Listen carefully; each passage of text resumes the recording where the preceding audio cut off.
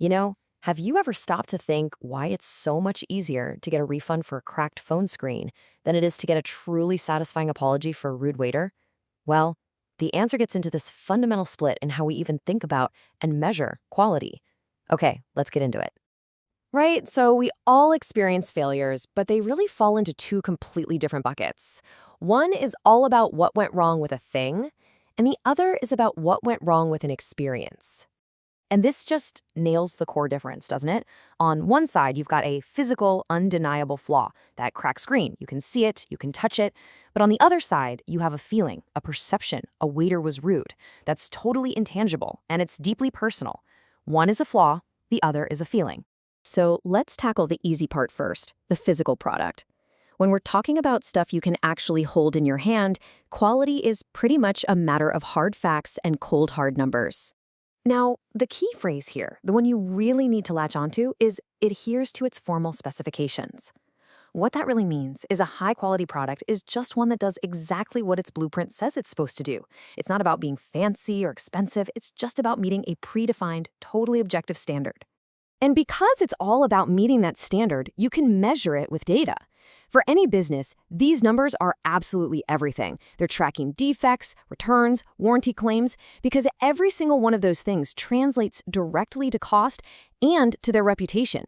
It's quantifiable, and honestly, there's not a lot of room for debate. Okay, so now let's flip the coin. When we shift from a physical product to a service, we leave that world of blueprints and numbers behind, and we enter the world of human experience. And this is where things get, well, they get messy. Seriously, think about it. How do you put a number on a feeling, on a perception? How do you measure the quality of a conversation or a piece of advice, or that feeling of being looked after? This is the absolute central challenge for any company that provides a service. And this quote from Thomas Foster, man, it just hits the nail on the head. The absolute crucial phrase is high customer involvement. See, you, the customer, you're not just some passive person at the end of a production line. You are an active participant in the creation of the service itself. Your being there changes everything. Let's really break that down.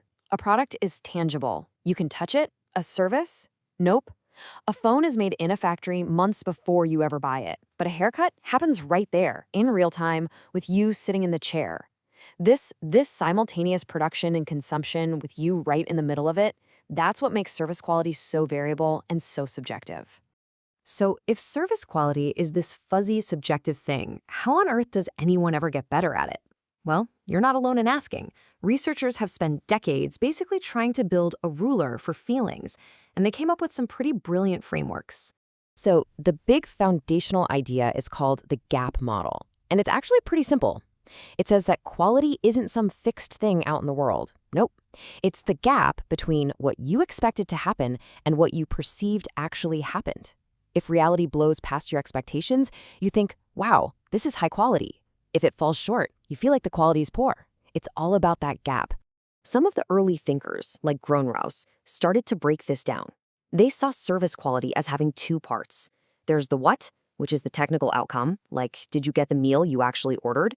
And then there's the how, the functional quality. How was it delivered to you? Was the server friendly? Were they attentive? But, these early ideas, they evolved. People kept refining them, and that led to the big one.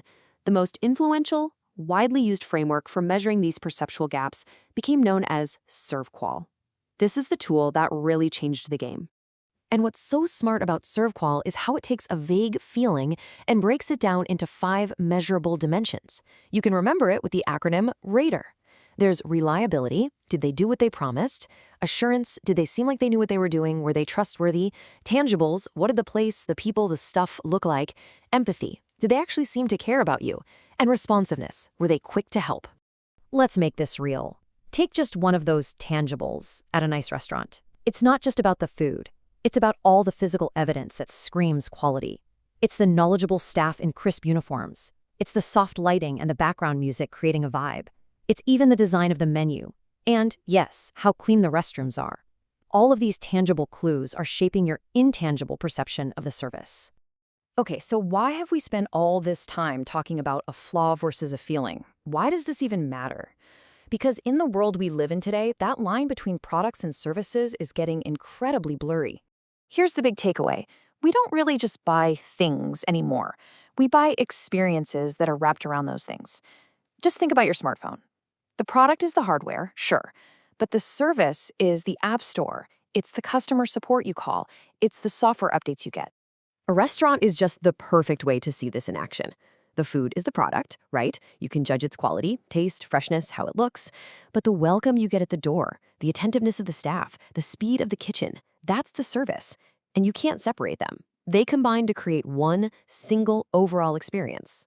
And that leaves us with a really fascinating question for the future, something for you to think about. As AI and automation make products more reliable and services more efficient, which of those Raider dimensions, those human things like empathy and assurance, which ones will become the most important?